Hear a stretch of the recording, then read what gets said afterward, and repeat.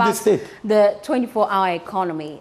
Just a few weeks back, you told us about your plan, 3 shifts, 1 job. But then the leader of the new force, Nana Kwame Bediako, has cast doubt on the feasibility of this promise. He says that for it to be effective, you need to, first of all, work on industrialization. What's the NDC response to this critic? He's right, but look, industrialization must not precede a 24-hour economy. A 24-hour economy must precede industrialization. I don't know why people don't get this. It's so simple. The 24-hour economy is not an end in itself, it's a means to an end.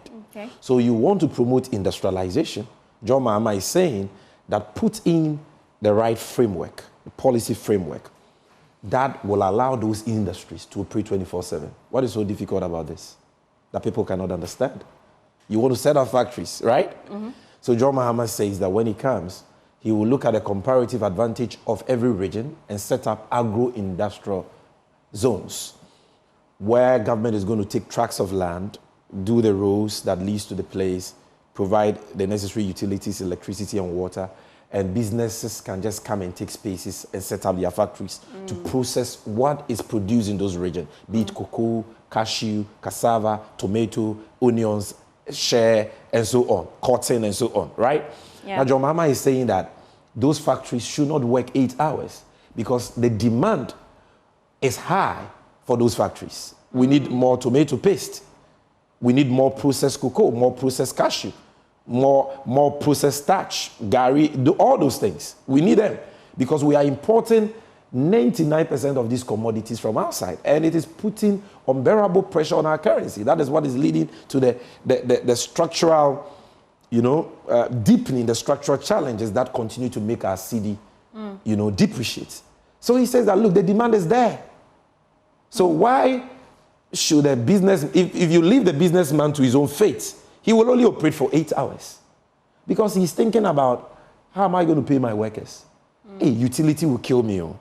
Hey, taxes. So I'll set up the factory and work 8 hours. So John Mahama says, this is where my 24-hour economy strategy comes in. I'm giving you tax incentives that will reduce your cost of production, your cost of doing business, so that you can scale up production. I am reducing electricity costs for you through what is called a time of use tariff.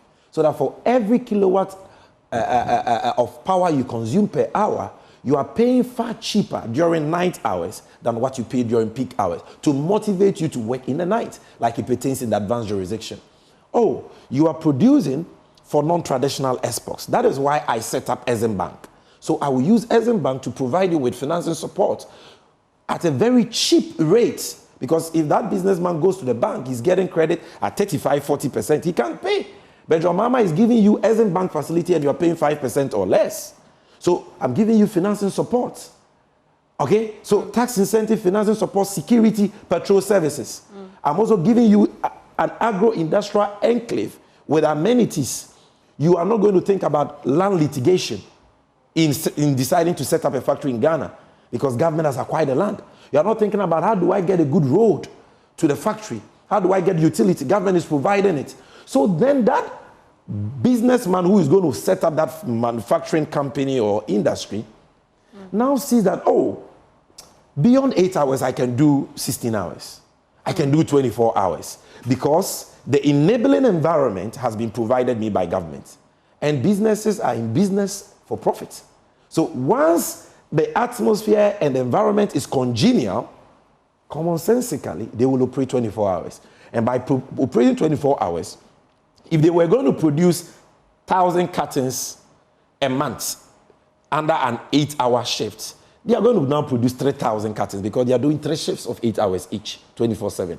If they were going to employ 1,000 people, they are going to employ 3,000 people.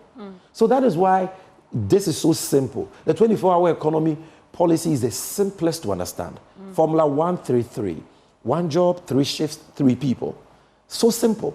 And that is what New York has done. That is what London has done. And that's that what is what the advanced countries do. That is what we are not hoping to do. That is what we will do. Because you see, 24-hour economy is not a manifesto promise. It's a well thought through national development strategy. That is why, even before we thought of capturing it in our manifesto, we had first captured it in the 40-year development plan we developed in the year 2016. So organized labor, who are not NDC MPP, who know better than, what is his name? Kwaku Bediako, is that his name? Nana Kwame Bediako. Nana Kwame Bediako. They say it is a game changer, right? Federation of Labor says this is what Ghana needs.